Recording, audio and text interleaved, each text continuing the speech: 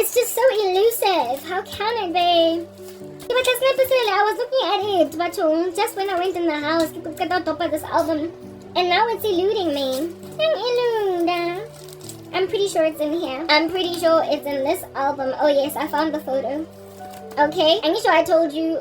Okay, listen, my baby sister's face is already covered, but even if it wasn't covered, I would show it to you because she was still a baby. You wouldn't even be able to recognize her today. This is me sitting on a couch in grade, maybe like beginning of grade 10. So I'm like 15 going on 16. It's later on in that same year. Remember my hair started out illy here, and then I was sticking illy here. Sorry, I'm exaggerating. And then I would sleek it down, and then after a year, this is what I got. Guys. And it was at this point when I would go to school with my hair like this, and everybody would be like, oh my goodness, your hair's so beautiful. I wish I had your hair. I don't have long hair. It's just healthy, and it's layered, and it's bouncy. My hair went from that, which I just explained to you now, to this. I want to try, let me cover my face so you can see. Yeah, that's me. You're not even going to see it properly. It's wavy. It's super black. It's like, if you don't get a plastic hair, it's not doing justice. What am I okay? It's giving Randorama. Da-da-da-da-da. Okay, I just wanted to say Rama. Yeah, now that you see the plastic hair, I think it's a little bit better. Do you see that girth, y'all? Do you see from the base of the scalp over here, going there, and then the hair that's falling down to the side? You can tell that if this chick just grows and grows and grows her hair, I'm gonna have a main like if my hair got to here, growing like that, it would be so healthy. I ended up having such rich hair that I get in grade 10. All my boyfriends, were always like, my goodness, you've got such beautiful hair. All my boyfriends were all up in my hair grow. It was they don't do justice. Video it doesn't do what I just showed you now justice. You would have to see the real-time photograph. And my hair grew like this. This is now early in grade 10. When then my hair was like this. And after relaxing it, after a few weeks of relaxing and now my hair is growing out, it got boofy, like, right? I made a decision to maintain a bob all throughout high school. I never let it grow past a certain length. I wanted to keep it here because they liked it, like everybody liked it. Everybody was just raving about it. So I kept my hair literally just like what it is that people liked. I was inspired by popular demand. So I just didn't grow it. When then I was in first year varsity, I put all the hair down. My little sister was so cute. I guess she's still cute right now. She looks like my cat. No, because my cat is so cute. Not because the baby looks like a cat. Anyway, kishabila snap mona. Kishabila snap where my little sister is like chilling in between me and my mom, and she has such big cheeks. She was so adorable. Anyway, whatever. This is not time to be out reminiscing. You know, it's funny. When I was in high school, I thought I was thicker than this chick with whom I am in the photo. And now I realize you know when you're out teasing people from a vantage point where you can't see them, where you can't see yourself, sorry, and then you think that you're the better thing. Anyway, I just showed you in right? So that's what happened. And I decided to maintain bob cut ew. When I got to first year varsity, I shaved it all off and I decided that I'm gonna start a natural hair journey. I did decide, I never intended to have cheese scalp like ever, but in order for me to start a natural hair journey, I shaved my hair down. And after shaving, when I shaved it down, first I went to the salon and asked for basically I asked the guy at the salon, the very same salon where I was going. Now it's first year varsity, I'm still going to that salon. I told you, I chose it, I stuck with it for a couple of years. And I stayed with that guy for a couple of years. I bet if he were to see me on YouTube, he might even recognize me. Okay? Yeah, he was my stylist, like Papa Nekimukhetile, alright? Because I respected what he was all about in these streets. He was professional enough to basically let me know your hair's not healthy. Nobody else had ever done that, so he cared for my hair, and so for those reasons I stuck with him. But life happened, and you're not gonna keep going to downtown Joburg now, are you? And I stopped relaxing my hair. So that guy was not only, I guess, Nelly stylist. He was a what you call this? You know, a guy who was salooning man. When they came in there, he was a barber, but he also did women's hair. He also relaxed. He also donged. You get my point. He was everything. He was like a jack of all trades. And so when then I was bringing my hair down, of course he took care of that as well. and go saloning. When he cut my hair, when I noticed, I remember at the time, there was a time when brush was very popular amongst women. When I was in high school, there was this woman that was very beautiful, a continuity presenter that everybody thought was like the baddest chick in the game. Her name was Zandine Klapo, and it was Zandi had a brush, and everybody was just raving about her. So it was around that time, another one, Candy, I go Channel O. She had very short hair and she was gorgeous, and so it was like a whole rave thing for women to basically have no hair at that time. It's on Facebook. ThankyLinkyThunder.com where I was chiscop. You would see it, like Papa. Anyway, whatever, but like, I'm not gonna show you those photographs, like Papa. I would have to dig into now electronic copies of these things and go into my old Facebook, and I'm not trying to do any of that. But I do have content where I've shared it, and you're gonna, like I said, these things are gonna peruse only in the tribulation, so whatever. Alright? It doesn't matter, because today you're not watching. There was a time when I was like, Zandine Tlapo was really pretty, Tlapo was really pretty with brush cut, and also Candy, from Latandala's would-be wife, soon-to-be ex-wife, also looked really, like, beautiful with no hair, right? So let me see. And when this guy was shaving my hair, okay, maybe that's a Freudian slip, I don't know.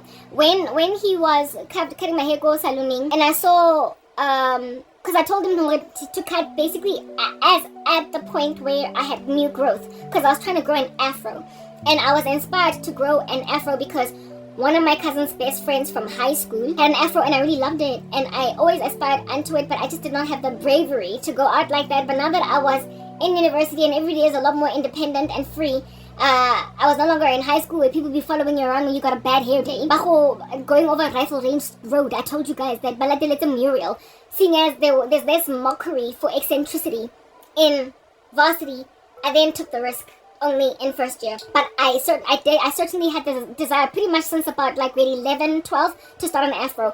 But I only with bravery embarked on that journey in first year. COVID, I go to the salon, the guy, I ask him to shave my hair only up to the point of growth. But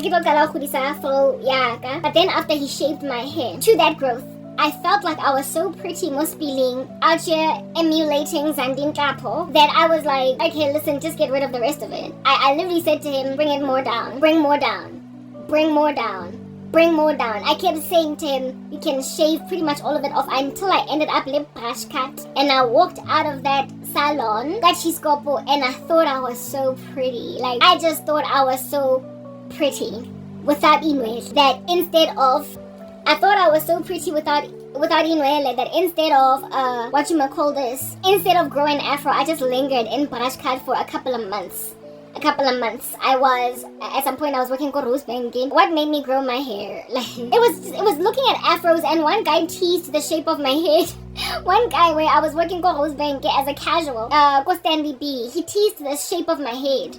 And I was like, what in the world? Or something, just like a mean-spirited comment.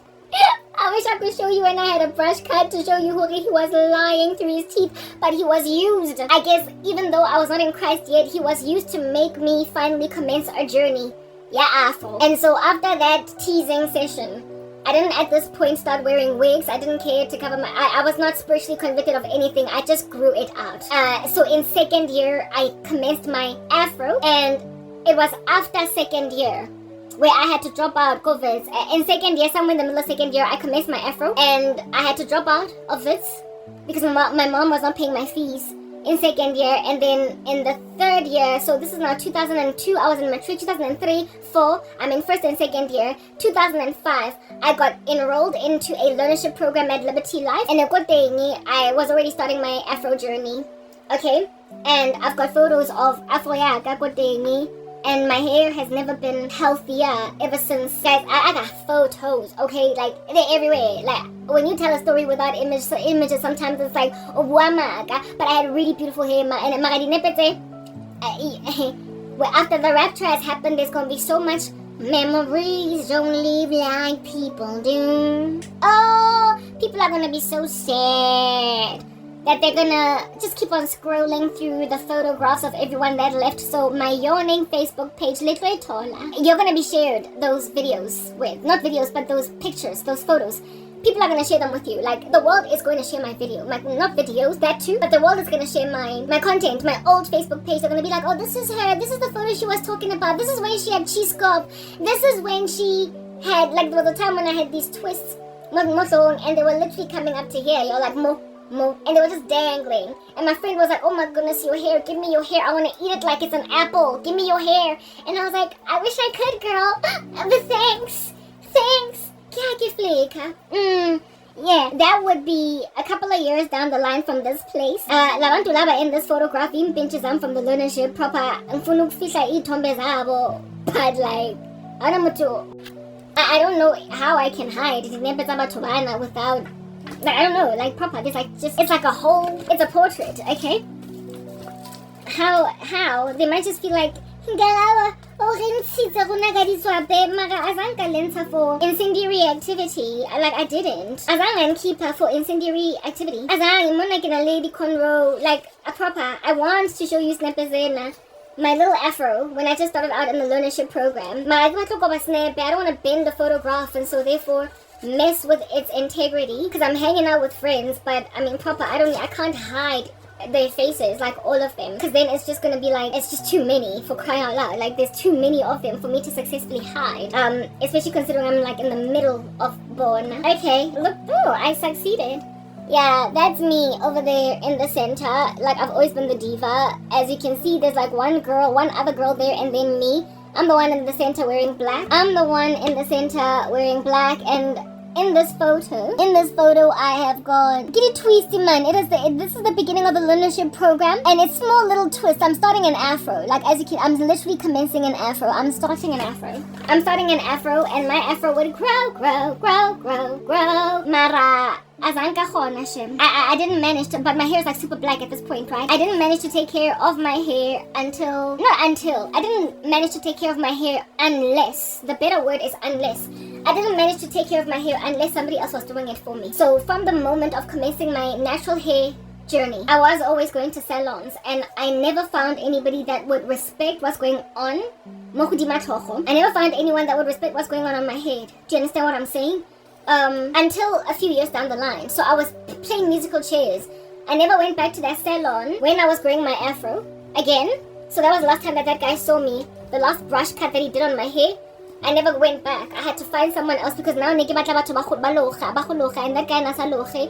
I wanted people that would blow dry my hair, straighten it, blah blah, and it took me a while. I scoured Yeovil, I scoured Berea, until finally I settled at this one salon, and the lady there who took my hair in was just perfect. She was a perfect find. She knew how to handle my hair. She knew how to detangle my hair. Did she really though? Because I feel like she used to just rip through my hair though.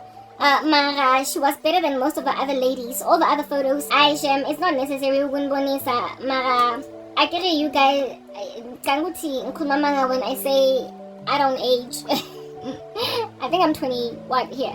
And my afro is now at this point very grown. There was some little establishment not Melrose Arc, but Rosebank, with my girls, and I have to cover my girls because betrayal.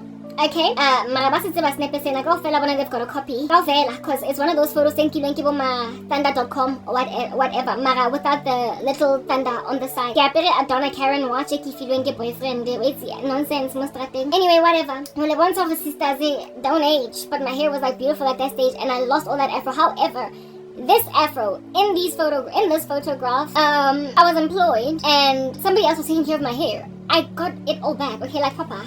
I got it all back. The person look at Cape Town. In the next photograph, I'm in Cape Town on Table Mountain at the age of 18.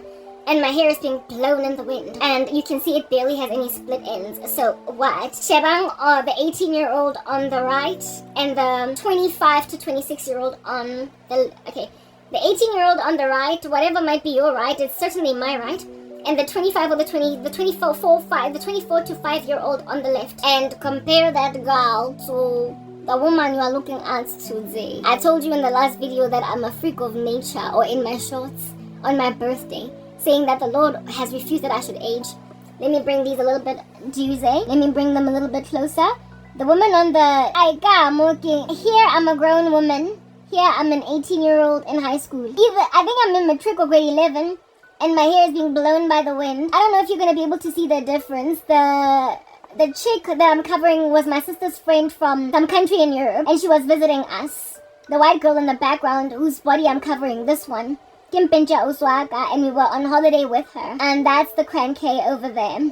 Same thing. Mona, ne ke apere blush, le eyeliner, le mascara, ntonyana tse jwalo. Hana motho o tla mkhurumetsang glory. I'm just saying. Like, you're not gonna rock up all of a sudden. You're not gonna rock up all of a sudden and do stuff like that. Otra. Like, people bang shanyetsa. Mona ne ke na le 21.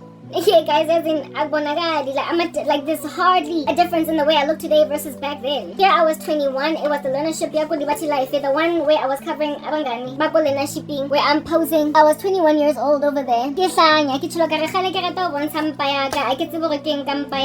I was 21, here.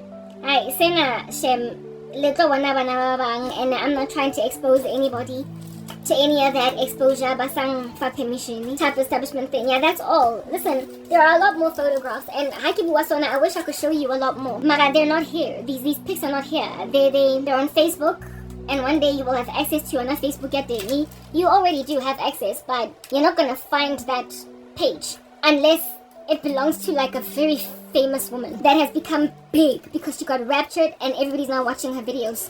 These albums, yeah, short, and the baddest photos that I had or I have are in on Facebook. They're on Facebook, my latter life, and you will there in those photographs see then. So I mean, at this point, I just need to put stuff away. Yeah, I don't really have anything else to show you. It was okay. There came a time when like my Afro guys, like, I wish I could show it to you. It was really big when I was when I was in the world and somebody else was taking care of it. My hair got thicker and more voluminous than it ever has been. It got healthier than it ever has been. Thanks to persecution and thanks to me handling my own hair.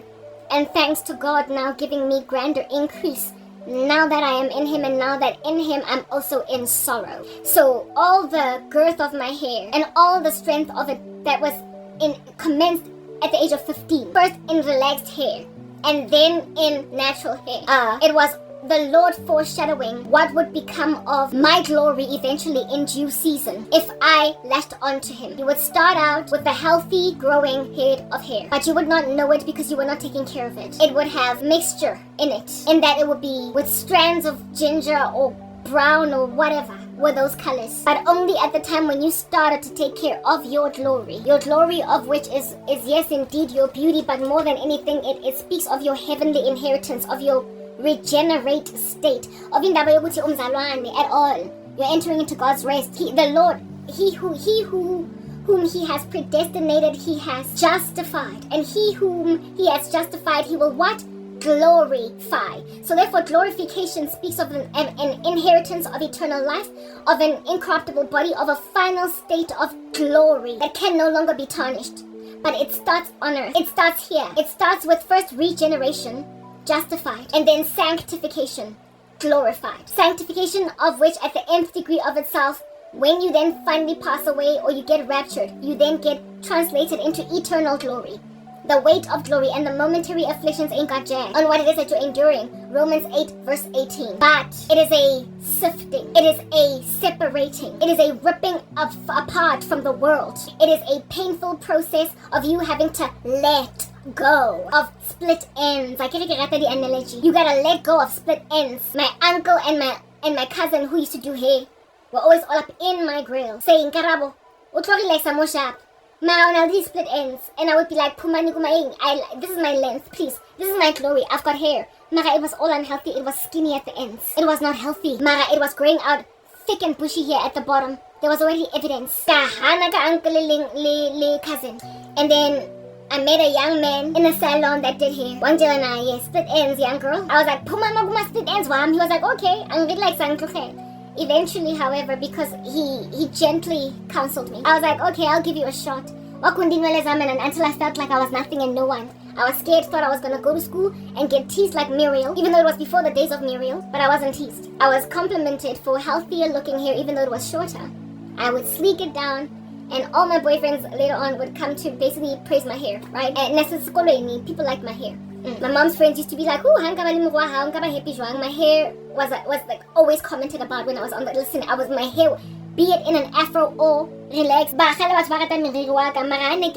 didn't think I had hair. That's the thing. That made any sense at all because my cousin had better hair. Or at least I thought. But it turns out that hers was being taken care of. Mine, however, I refused to take care of the unhealthy ends of it. And so for years I roamed around with bad hair. But when then I finally made a decision to surrender to counsel, when I made a decision to surrender to all that which was the call all along on my life. In other words, my uncle and my cousin were the first to call it out. My cousin who used to do hair with my uncle, they called it out. And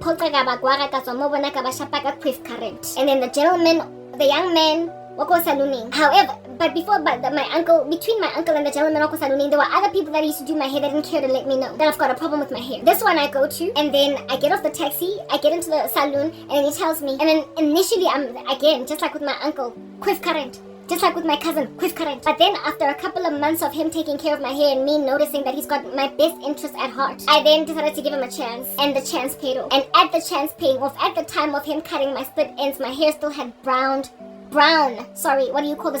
like gingerish, like portions of them, mixture. Yeah. Over the months of continuing with this practice of always cutting split ends and making sure that my hair is healthy, nothing but a beautiful, thick, rich mane of jet black hair was brought forth. The health of my hair is literally how redemption is. It's how it works. It's how glorification works. You gotta let go.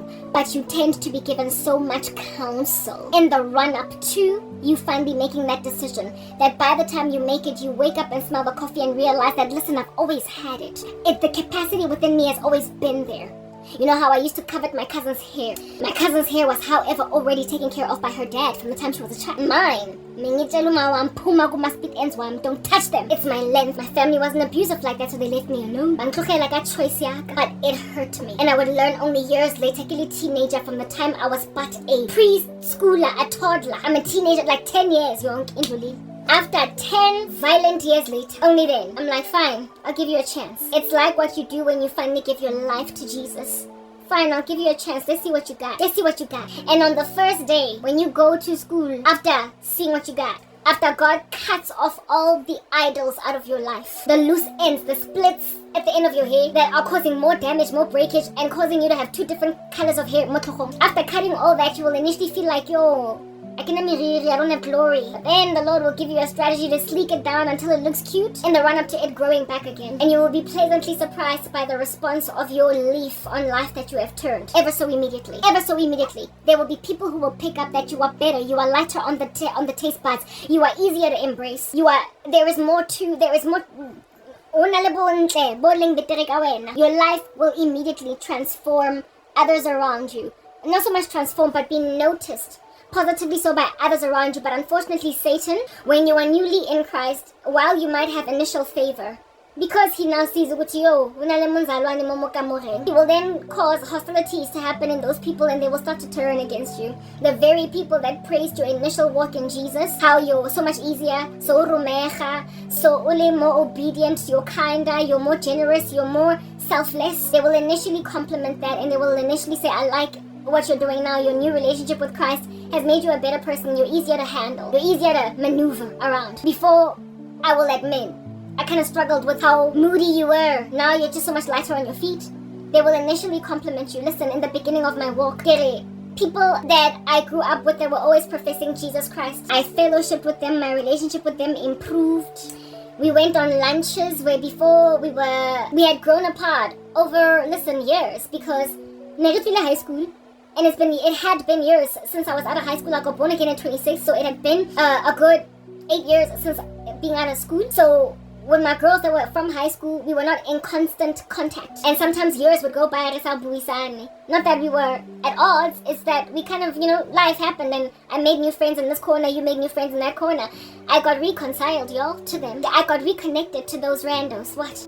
And we would fellowship on the phone. One friend, I was with her on the phone every day. Wankutake phone like a MTN to MTN, free calls from MTN to MTN for stuff. Every single day, I would call her in the office, and we would talk to company time for half an hour.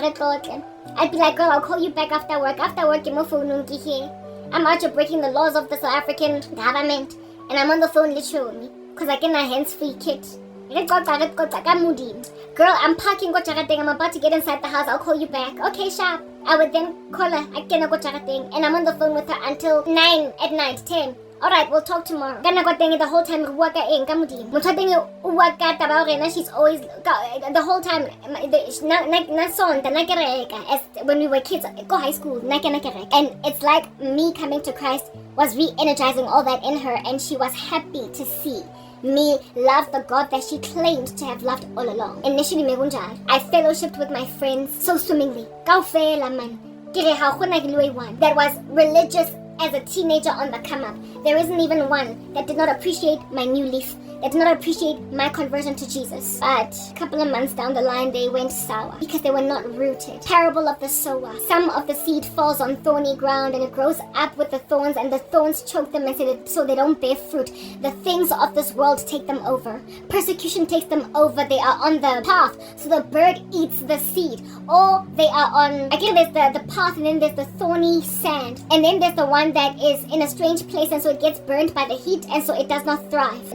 It's too shallow. It has not taken root, and so when the sun scorches them, they fall away because of persecution. Yeah, they were one of those seeds. The ones that I was dealing with in particular largely were the ones planted on thorny ground, where the thorns grew up and choked them. Basically, things of this world took them away, and they then settled in their lives, and because of settling, they persecuted me. One went and married some dude that she had to leave, fell pregnant by him despite us having discussed for hours in my car outside of my mom's house, I remember.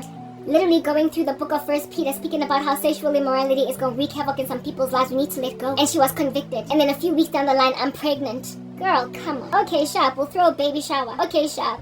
We'll be at the hospital when your baby comes. Mara, she became very hostile, precisely because she fell pregnant out of wedlock with a guy that she was already very determined to leave. And she persecuted me. Thorny ground. Thorny ground. So, yeah, like I said, in the beginning of your walk, people will, encircling you, initially receive you really well. But the very same people who receive you will then turn against you because they were never rooted. And so that's when you need to, just on your own, maintain your growth journey, just like with my hair. You first get complimented. Everybody says, Karabo, your hair is so beautiful. And then people start getting jealous, and now they say nothing. But when now you've got eyes and you can see in the mirror that my hair is growing beautifully, you will see yourself grow from strength to strength. You will hold on to God. He will chisel you. He will prune you. He will enable you to grow from strength to strength in spite of human approval and human validation. And it is in holding on to God in spite of people now continuing to slather you with praise that then they start to get really below the belt, because you were supposed to walk away when we got over Dabayari. You are so much easier now to be in the company of now that you're all born again. They persecute you, and the intention by the devil with that persecution is to cause you to be like, hi, Suga, just like them. When the cares of this world slap you, when people don't like you as much anymore, when you're not being validated anymore, you're supposed to be like, hey, this Christian thing, let me just go back to the version of Christianity that they all this time have been wearing. But you're really born again now, and you keep cutting those split ends. You keep cutting that nasty, dead hair that is not doing anything for you. And over the years, you discover, whoa, I never thought I could have hair like this. You eventually get to a point where you are like, I never imagined that I could grow hair like this. I don't know how many women on YouTube whose content I watch that would show before pictures of their 4C journey and be like, guys, I never thought I could grow hair. I never thought I could be this, I could be that. This is me when I was just out of college. And now, Mutwateng is sporting a main engaga. And she's out here swaying her hair left to right, and it's just so thick, it's so bushy, and you're like, ooh, you will sit there on some bed. Girl, yes, like it though. How did you get that right? Because you know how our hair is just like, patience, hard work, dedication, and gentleness. Endurance.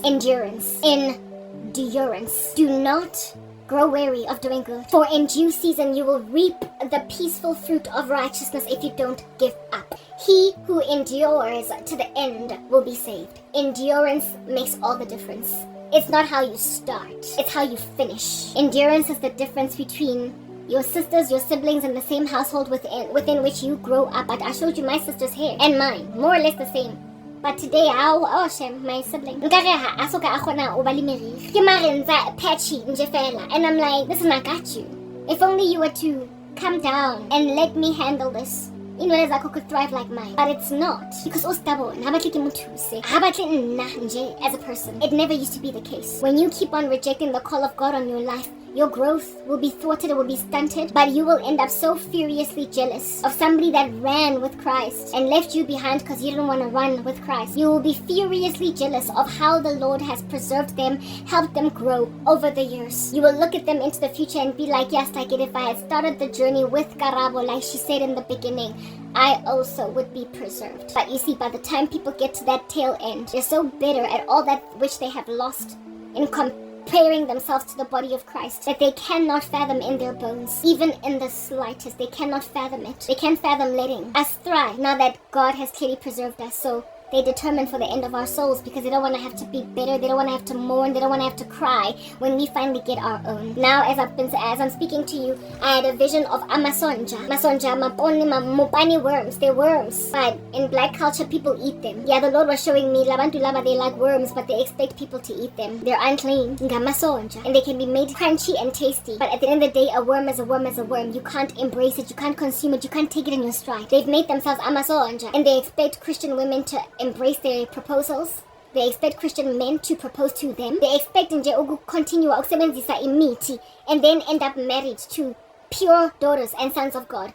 But in the end, it gets to such a crazy height that no longer we as saints safe. So God has to, instead of laterally giving us to each other, he will then vertically send us to heaven. Because when things get to the nth degree of wickedness, we must be raptured. We must be. And that's where things are with me. People are bazingeni in dabazam and my thick hair. So at varsity, I decided to start growing an afro. So I decided to start growing an afro. It thrives, but then I lose everything a couple of years down the line. Now that I'm working in corporate South Africa, it thrives for 10 years. I get how I was 21 when I started growing my afro, 2021. At 29, it was almost 10 years. I had this healthy mane. It was not where it was supposed to be because my stylist, in all fairness, used to kind of rip it out and I blow dry. It was really beautiful. I had beautiful hair and it was black. Barely had it out, always had cornrows or something in my hair, but when it was out, I always got all these compliments. Go to Facebook, you'll be out just seeing Hi, no shame, aski samsur. I got persecuted, thrown into obscurity, and people finally prospered to take my hair from me. They took my hair from me because I couldn't take care of it. It got all matted. It got all tangled. I could not, like Papa. It was just falling. I brought down a protective style after having these braids one time. And after bringing down that protective style, I was never able to recover. I washed my hair. I was never able to recover. I'm telling you now, I could not recover, and I got so frustrated with how mangled and tangled it was. It was just interacting with each other, okay? That I finally decided, okay, I'm gonna soften it. I'm gonna make it a little bit better to handle. So working at relaxa. I then decided to cut when I was living in my apartment Lone Hill at this point. There is a photo that I have. It's even a thumbnail in some of my videos on YouTube in my old content where I had these tendrils that were just going down my hair like that. It looked like a wash and go. And it was just here. Nele bob cut and the hair was about bouncy there. Yeah. That's what happened after relax. Mara ineli thin, especially it was just tacky. I hated it. So finally, eventually somewhere down the line, I decided to bring it down again. I was like, I came out to relaxer, it's too thin. I'm not going back there, that's for certain, because I put relaxer in my hair and I hate how it turned out. So I might as well just go back down. And it was then, when I was living go 4 ways, right? Another apartment. I went through a lot. And I'm not going to explain all the journeys because then I would have to tell all my story in one sitting, okay? Fast forward a year and a half, 2 years down the line from the date of losing my job at MTN, I was now living in an apartment in 4 ways, having used my pension money to pay 1 year's rent in advance. And it was there when I went Chisco. And there when I then went German Cut. And there when I bought these wigs. I've already told you how it came about that I would buy these wigs. Right, yeah, okay. After buying these wigs, I decided to grow my hair then underneath them, right? Bring back my afro. At which stage I was like, listen, I'm gonna try and get this thing done, or I'm gonna wait for God to give me a job again so that I can find another stylist that will take care of my hair. So however slowly my hair is growing right now, it'll come back. I know my hair can grow beautifully. I've seen it before. I can't take care of it. So for now, what I'm going to do is just rip it with a comb. I'm going to just every day, not every day, it actually was every day at some point. At some point it was every day.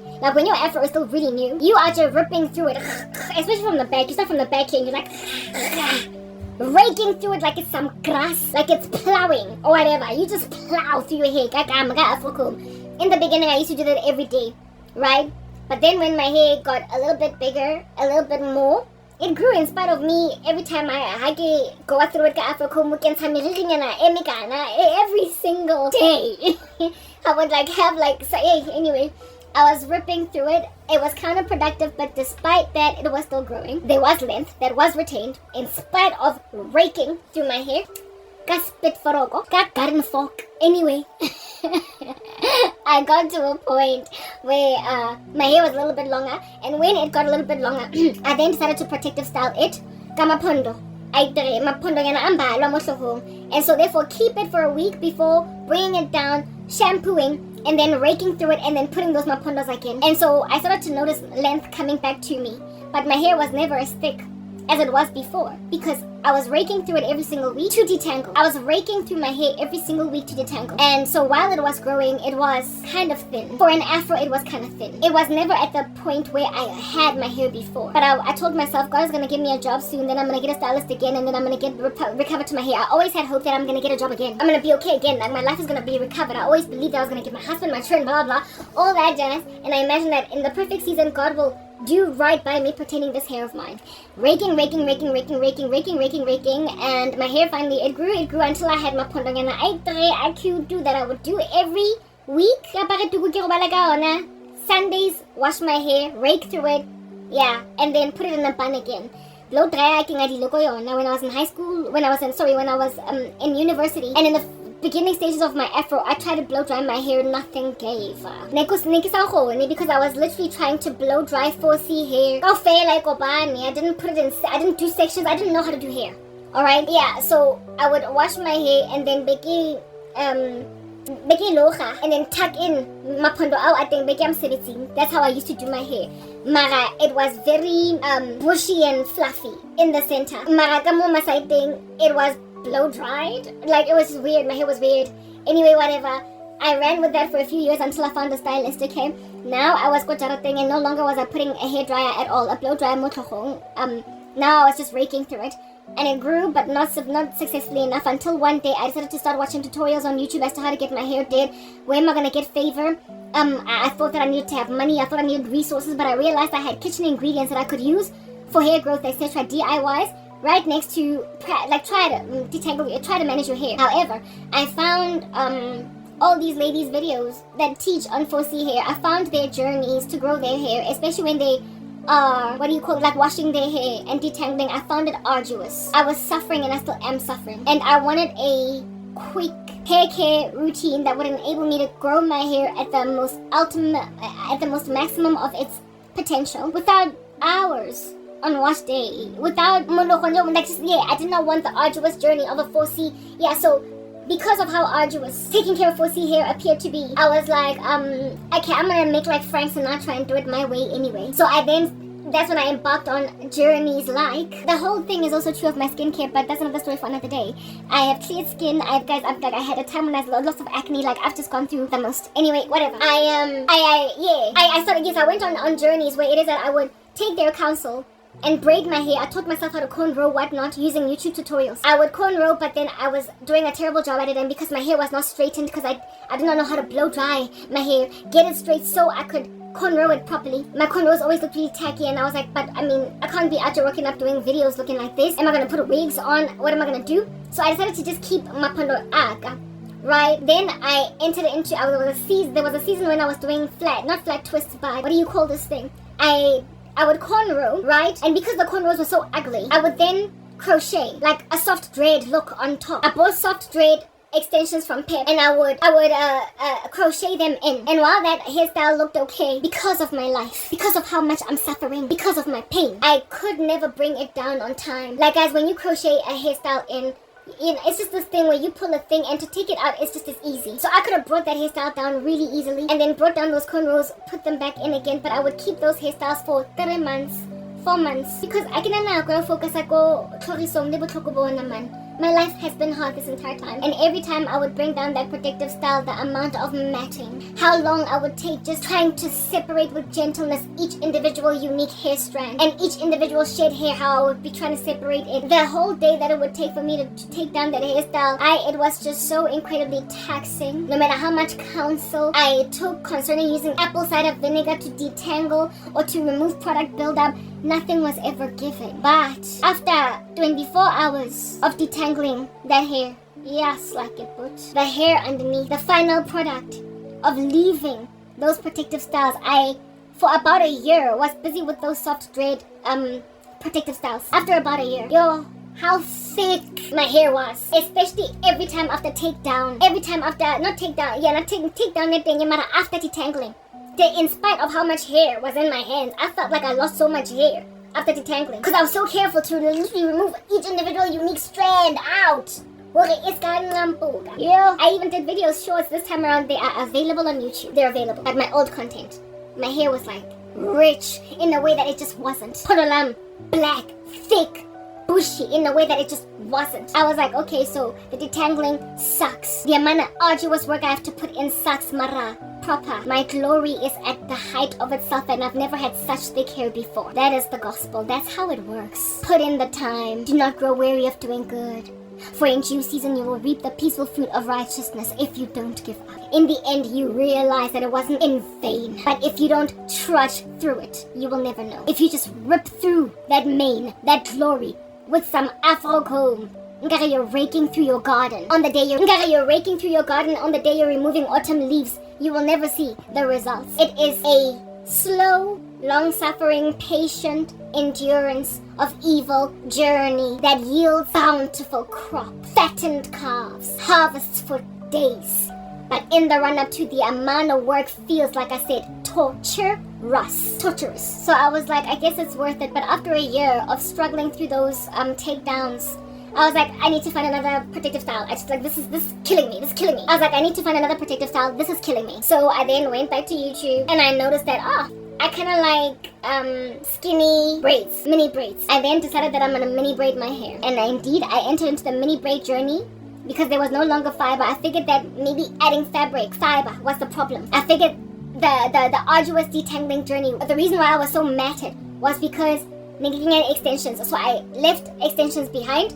And I then did my hair mini braids with my own natural hair. And while I loved the look of the mini braids, even though it was kind of scalpy, especially in the beginning, while I liked the mini braids look, because you could like switch it up and you also have access to, you can wash it in that state. Whew, again, I'm in pain. And then the mini braids, on top of which I would then put soft dread extensions. Because there's like 1 million of them on the head. Because there's like 20,000 of them on the head. Of course, that is an exaggeration. You know it's a hyperbole. Don't come at me now. There's too many. And so when you are going through nonsense and people keep on pewing you with witchcraft. And so post them on YouTube, but coming at Bundleba how or whatever. Coming at Bugodli how or whatever. You will tell yourself, I'll bring my protective style after a month so I don't mat. And then a month becomes 2, and 2 months become 3, and 3 months become 4. Listen, there are these heartbreaking videos that you will watch on YouTube of these people who have got like one uni dreadlock for hair. And no, they're not hobos. They don't live on the street. And they cover their faces, and the stylist who is detangling their hair, rather than them cutting it off, these people go to her. Because she's got a gift to detangle that uni dreadlock. That's how badly her hair is matted. This woman, you will then find out she has not combed her hair in 2 years. Not combed her hair in 3 years. In a year. And no, it's not because she is a hobo. It's because she's going through life. Their stories are heartbreaking because they are going through so much hell on earth that they can't focus on their hair. Until one day life gets a little bit better, and because life is a little bit better, they now are like, okay, what am I going to do with my hair? And they realize that yes, I've literally got one big fat flat dreadlock for hair. I could cut it and start from scratch, but I'm gonna test this lady on YouTube. And then they go to her salon and she just starts picking over days with her assistant, just picking over days, gently picking at a dreaded, matted, shedded hair carpet. And by the time this woman gets out of that salon after 4 or 5 days of detangling, if they silk press, it's just this mane that's coming down to their bra strap. If the hair is left blown out but in an afro form, it'll even give some of our afros a run for their money. Our hair that we keep kept in a bunch, that you think my hair is healthy, how fake that woman's hair comes out will give you a run for your money who has been taking care of it this entire time. And you are like, yes, like it, yes, then people always throw away a perfectly good thing. Just give it time. Give it someone that will invest in it. Pray about it. And the Lord will make beauty out of ashes. And this woman is like a converter of ashes into beauty. She grabs these uni dreads. She grabs these matted hairs. And she just picks over days with her assistant. If she did not have her assistant, it would maybe even take double the time. And out comes this fluffy afro that's perfectly detangled. You can run your fingers through it. And when I watch these videos, I always cry, okay? Because I can relate with how it is that even though you want to take care of yourself, you want to have your back, you want to look out for yourself, you want to protect your glory for the future, because you trust that when you get out of this, you are still going to be a person, man. It's just that right now you're going through hell, but you can't deal with what you're dealing with while dealing with hair. You can't. And so you let yourself get a unibrow. Sorry, that was a Freudian slip. A uni block, whatever. A1 ninja fella for a hairstyle. Just one big giant dreadlock, okay? And you think, I gotta start from scratch. I gotta shave it down. I gotta settle. I gotta compromise. I gotta basically concede. But this is your hair. It's your glory. It's grown. And if you give it time, it's gonna reward you. And you go and you watch this video on YouTube and you come out feeling all refreshed. And so when I watch these videos on YouTube, I am reminded that waiting persecution, sorrow can make a person let themselves go. Sorrow can make umuntu that is determined for a mission let themselves go. But sorrow can make a person that is determined for a mission let themselves go. But sorrow also has power to make you realize that sorrow made you lose everything before. So therefore sorrow, over my dead body, that I will let you make me lose my hair again. When you realize, when you look around, scanning the periphery on the left and on the right, that no one is coming for you even after 10 years of suffering. You stop expecting to get a job so you can get a stylist, to finally do your hair so you can finally start growing your hair again. You finally start to make a decision that you're gonna take care of yourself. You realize that if you don't take care of yourself, then who? Because indeed people are keeping you in that lowly position that you might not be able to recover, that you might not be able to flaunt that hair again, that you might not ever again be that affront to them with all of your thickness of your mane. You know how people can be so jealous? Well, I mean, you can't let people get away with the murder of having taken away your afro. In my life personally, I would say about 4 or 5 times they've taken away my hair. About 4 or 5 times people have taken away my hair. About 3 times they've taken away my skin. They've given me, there was a time when I looked like I had chicken pox on my face. That's how much acne I had all over these streets. I might be wearing fake makeup now, but you've seen me with a bare face. I cleared my skin, y'all. And now my skincare regimen is so top notch that there is a fading dark spot that was from a pimple that came on my face as a result of changing over to a strange product, another product. I immediately went back to what it is that I was using, and I've never ever since then gotten acne. So experimentation is like, don't touch it. I have put a plaster over here because I kept on scratching at an acne scar I showed you in the beginning of my video. Mara, that acne scar was among the litany that was on my face, and it happened to be the one that I couldn't stop compulsively picking at, so it hasn't healed. However, the rest of my face, except for this acne scar and this one over here, is healing and healed. I'm just dealing now with dark spots, but my skin is essentially recovering too. Where's that photograph? Back when I was employed, after being on Roaccutane, I stopped getting acne. My skin is recovering to the way that it looked in this photograph, where I had not even a single blemish on my face. I'm getting back to this. But you see, people are saying over my dead body, I guess buying nanda. Okay, very well then. I guess die. People will come at you. And it is precisely because people come at you and they refuse to let you rise again that causes people to walk away from Jesus.